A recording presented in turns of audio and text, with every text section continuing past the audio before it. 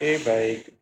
Assalamualaikum warahmatullahi wabarakatuh. Selamat eh, pagi sampai malam ya semuanya. Hari ini kemarin atau tadi ya, slide yang tadi sudah mengatakan tentang tulang-tulang ya. Kalau sudah berbicara tentang tulang, berikutnya kita akan berbicara tentang sendi. Jadi coba bayangkan kalau ya tulang-tulang kita itu hanya bisa berdiri sendiri. Jadi hanya kaku, tidak ada sambungan. Jadi apa kira-kira yang terjadi ya? Kita mungkin bisa berdiri, tapi tubuh kita itu tidak akan bisa bergerak ya. Nah, disinilah peran sendi atau artikulasi.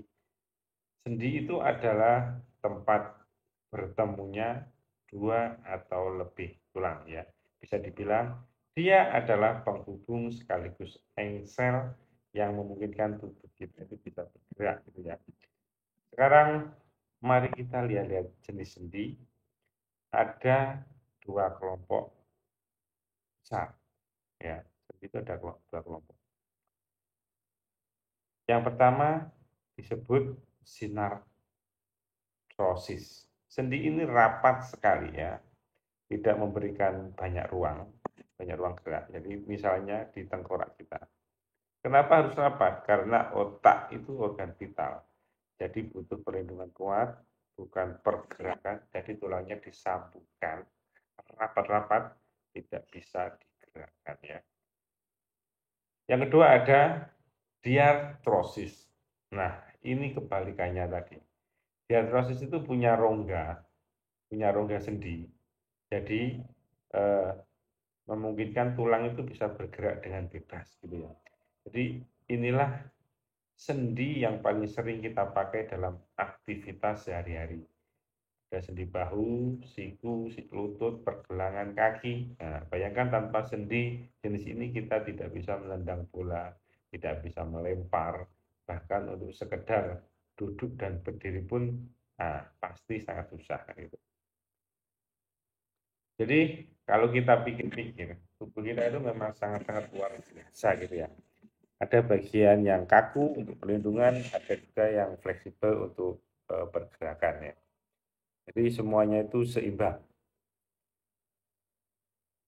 Dan sebagai calon analisis performa olahraga ini kita harus paham betul ya tentang sendi ini. Kenapa? Karena cedera paling sering terjadi justru di sendi. Lutut yang keseleo, bahu yang terkilir, pergerakan kaki mungkin terkilir, semua itu berkaitan semuanya itu dengan namanya sendi ya. Jadi semakin kita memahami anatomi tentang sendi, semakin mudah bagi kita untuk menganalisis gerakannya. Jadi bagaimana cara mencegah cedera dan mendukung bagaimana performa atlet itu. Jadi ingat ilmu yang kalian pelajari hari ini, jadi bukan sekedar teori di kelas saja. Besok ini bisa jadi bekal nyata untuk membantu orang lain. Jadi bahkan bisa menyelamatkan karir seorang atlet ya. Jadi jenis-jenis sendi tadi ada diartrosis atau synovial joint. Nah, jadi kalau tadi sudah kenal apa itu sendi secara umum, nah, kali ini kita akan lihat tipe-tipenya itu sendi itu apa aja ya, yang memungkinkan tubuh kita itu bisa bergerak kan gitu. Jadi teman-teman, sendi itu tidak semuanya sama. Ada sendi yang gerakannya itu terbatas ya. Ada yang bebas sekali. Mari kita mulai dari yang paling gampang yang dibayangkan ya. Itu ada namanya sendi engsel ya. Atau apa namanya? Hang joint ya. Coba kalian bayangkan pintu. Pintu itu hanya bisa membuka dan menutup satu arah saja. Nah, itu mirip dengan sendi engsel. Seperti apa kalau di kita? Ada di siku, ada di lutut. Nah, jadi kalau kalian menendang bola atau menekuk tangan, nah itulah yang pakai sendi engsel yang bekerja. Ya. Yang kedua ada sendi putar, pivot joint. Ya. Kalau kalian menggelengkan kepala, itu berarti bisa mengatakan tanda tidak gitu ya. Gerakan itu terjadi karena sendi putar di leher bagian atas itu fungsinya memungkinkan rotasi, tapi terbatas. Jadi pada satu sumbu saja. Jadi bukan cuma kepala ya, di lengan bawah juga ada sendi putar. Makanya kita memutar telapak tangan, atas dan ke bawah itu bisa pakai sendi apa tadi? Nah, dari sendiri ya. Selanjutnya, kalau tadi sendi putar, sekarang pakai sendi pelana ya. Sendi pelana atau namanya saddle joint. Nah, ini yang agak unik ya kalau saddle joint ini. Nah, ini ada di mana? Di pangkal ibu jari ya. Ada di sini pangkal ibu jari. Jadi pernah sadar kenapa ibu jari kita itu beda dari jari yang lain. Jadi ke 4 sama 5 ini beda ya. Karena punya sendi pelana itu, itulah yang bikin kita bisa menggenggam, nah, menulis atau memegang raket dengan secara presisi. Yang keempat ada sendi peluru, ball and socket joint. Nah, kalau tadi sendi engsel hanya terbatas satu arah, yang ini justru paling bebas gitu ya. Bayangkan bola dimasukkan ke dalam mangkuk. Ya, dia bisa berputar ke segala arah. Ya, inilah sendi bahu dan pinggul. Makanya kita bisa mengayunkan tangan 360 derajat, oke, ya, atau memutar kaki dengan bebas. Nah, itu yang dinamakan pakai sendi apa? Sendi peluru ya, jadinya kayak mangkok ini sendinya. Jadi bisa mutar gitu. Yang kelima ada sendi geser ya. Namanya gliding joint ya.